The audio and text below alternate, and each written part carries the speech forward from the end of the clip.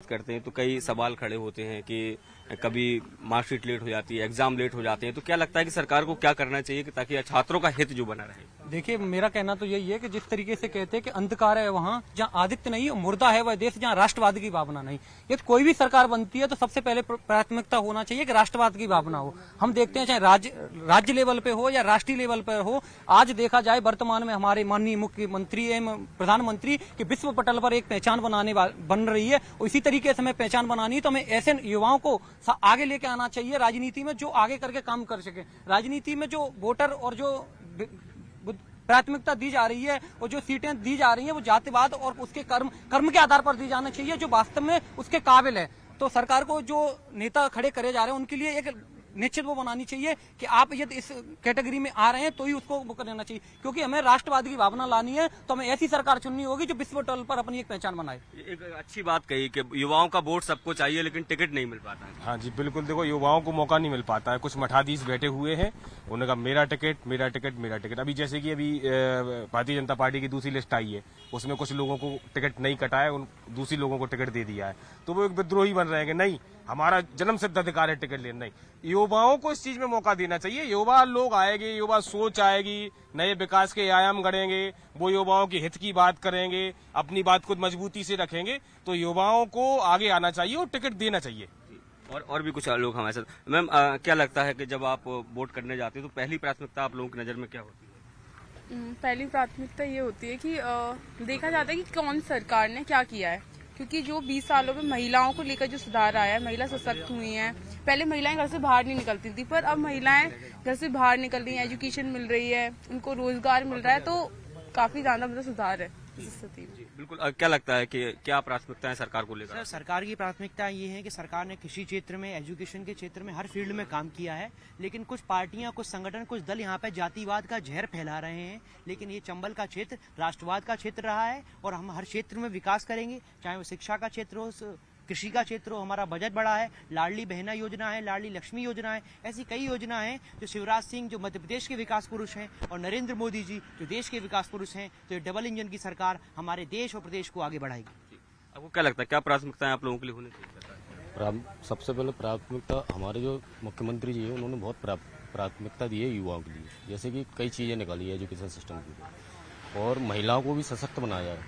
पहले कई चीजें होती थी, आज से 20 साल पहले महिलाएं अपने आप को सुरक्षित महसूस नहीं करती। आज आप देख लीजिए, आप चंबल संभाग में ही देख लीजिए, महिलाएं बहुत सुरक्षित हैं। और युवाओं के लिए भी सरकार बहुत अग्रसर है और बहुत चीजें सोच रही है, जैसे कि उन्होंने कई योजना निकाली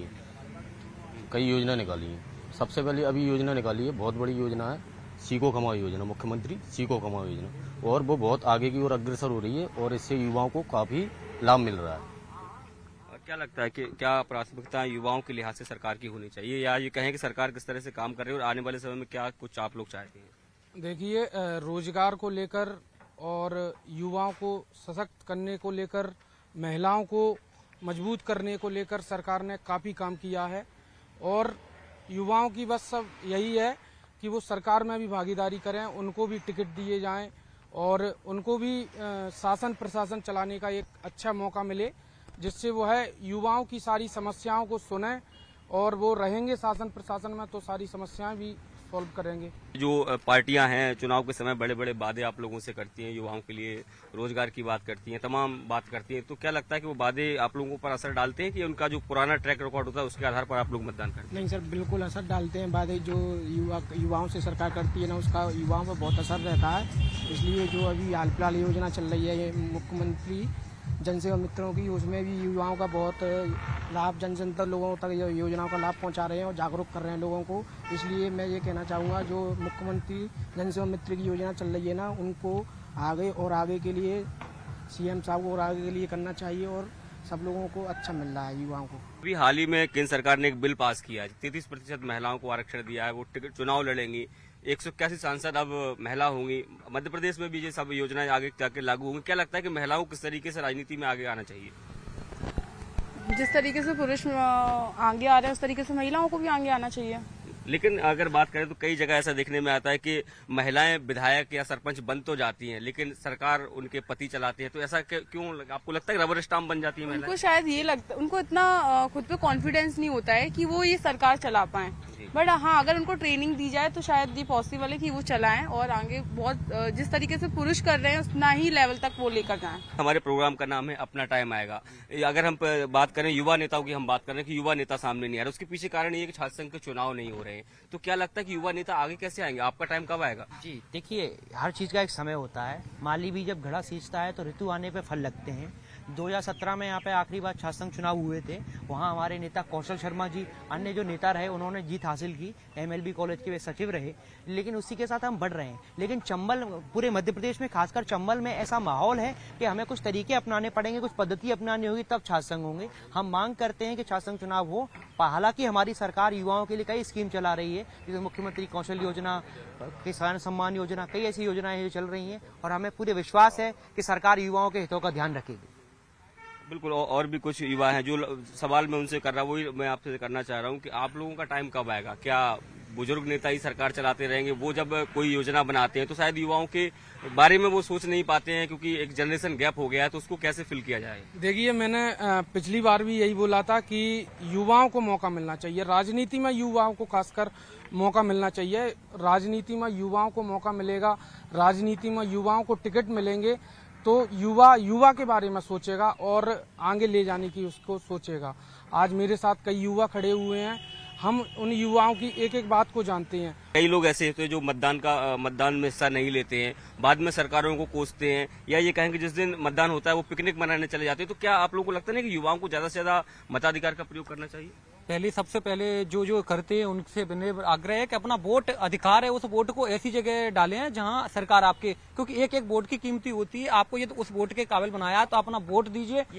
लोकतांत्रिक है। और ये जो राजनीति की बात हो रही है, तो राजनीति में वंशवाद और क्या नाम जातिवाद के आधार पर ना टिकट देते हुए जो उसके काबिल है, क्योंकि जिस राष्ट्र की एक युवा की हाथ में डोर होती है, उस राष्ट्र को प्रगति बहुत जल्दी होती है, योग्य उम्मीदवार होना चाहिए। तो इसलिए कहते हैं कि एक युवा की राजनीति में बहुत अहम भूमिका होती है। इसलिए ज्यादा से ज्यादा युवाओं को आगे बढ़ाना चाहिए। जो क्या नाम है, एक एज लिमिट बनाई गई है, वो भी समान पद्धति, उसका बिल्कुल आवरण होना चाहिए। जी, ये नई शिक्षा नीति आई है, उसका लगता है कि वो कितनी आप लोगों के लिए हेल्पफुल है, अगर जॉब के लिहाज से देखें या फिर स्वरोजगार के लिहाज से देखें? देखिए, पहले जो एजुकेशन पॉलिसी थी उसमें कुछ खामियां, त्रुटियां थी। जैसे कोई अगर BA कर रहा है 3 साल का और उसने यदि डिग्री बीच में से छोड़ी तो वो डिग्री स्पॉइल मानी जाती थी। लेकिन अब जो की है कि अगर 1 साल का होगा तो डिप्लोमा मिलेगा, 2 साल का होगा तो सर्टिफिकेट मिलेगा, और 3 साल की डिग्री होगी तो हमें डिग्री मिलेगी। इसी के साथ हमें स्थानीय भाषाओं को बढ़ावा दिया जा रहा है। स्थानीय भाषाओं से मेरा मतलब ये नहीं कि हम हिंदी को बढ़ावा दे रहे हैं, हम तमिल, तेलुगु, बंगाली, गुजराती सब भाषाओं को बढ़ावा दे रहे हैं। बच्चा अपनी मातृभाषा में ही बेहतर सीखता और समझता है। इसलिए हम इस नई एजुकेशन पॉलिसी का पूर्ण तरीके से पूरे विश्वास के साथ समर्थन करते हैं। तो अगर बात एजुकेशन सिस्टम को लेकर लगातार बात हो रही है, अगर हम बात करते हैं कि पिछले कुछ दिनों से जैसे नर्सिंग की परीक्षाएं जो है वो काफी लंबे समय से बंद पड़ी हैं, छात्र जो है वो परेशान हैं, उनकी गलती नहीं है, कॉलेज को कैसे मान्यताएं मिलेंगी, सबको लेकर बातें हो रही हैं। तो क्या लगता है कि जब सरकारें किसी को अनुमति देती हैं तो थोड़ा सा, क्योंकि छात्र तो नहीं समझ पाता ना किसके पास अनुमति है, तो क्या सरकार को करना चाहिए ताकि छात्र इस तरह से परेशान न हो? देखिए, इसके लिए छात्रों को अधिकतर शासकीय महाविद्यालय में, जो नर्सिंग के महाविद्यालय, उन पर भरोसा करना चाहिए।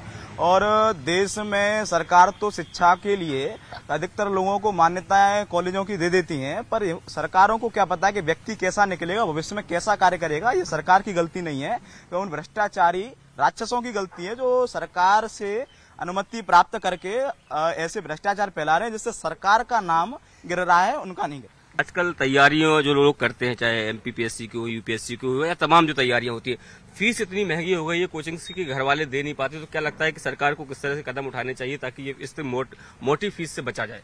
सरकार जो पहली प्राथमिकता ये होना चाहिए कि जो सरकार स्कीम ला रही है पढ़ाने के लिए छात्र को, उन पर भरोसा करना चाहिए। आज आप यदि वर्तमान में देखा जाए कि जितने भी CMI स्कूल खुल रहे हैं और भी गवर्नमेंट स्कूल हैं, तो उनमें ना अपेक्षा प्राइवेट की ओर भागता जा रहा है। तो जो प्राइवेट की ओर जो हम चढ़ रहे हैं, उसकी हमें गवर्नमेंट की ओर बढ़ना चाहिए, क्योंकि गवर्नमेंट स्कूल में भी एक एग्जाम होने के बाद टीचर जा रहा है। हमें देख रहे हैं कई स्कूल ऐसे होते हैं जहां शिक्षक बैठे रहते हैं।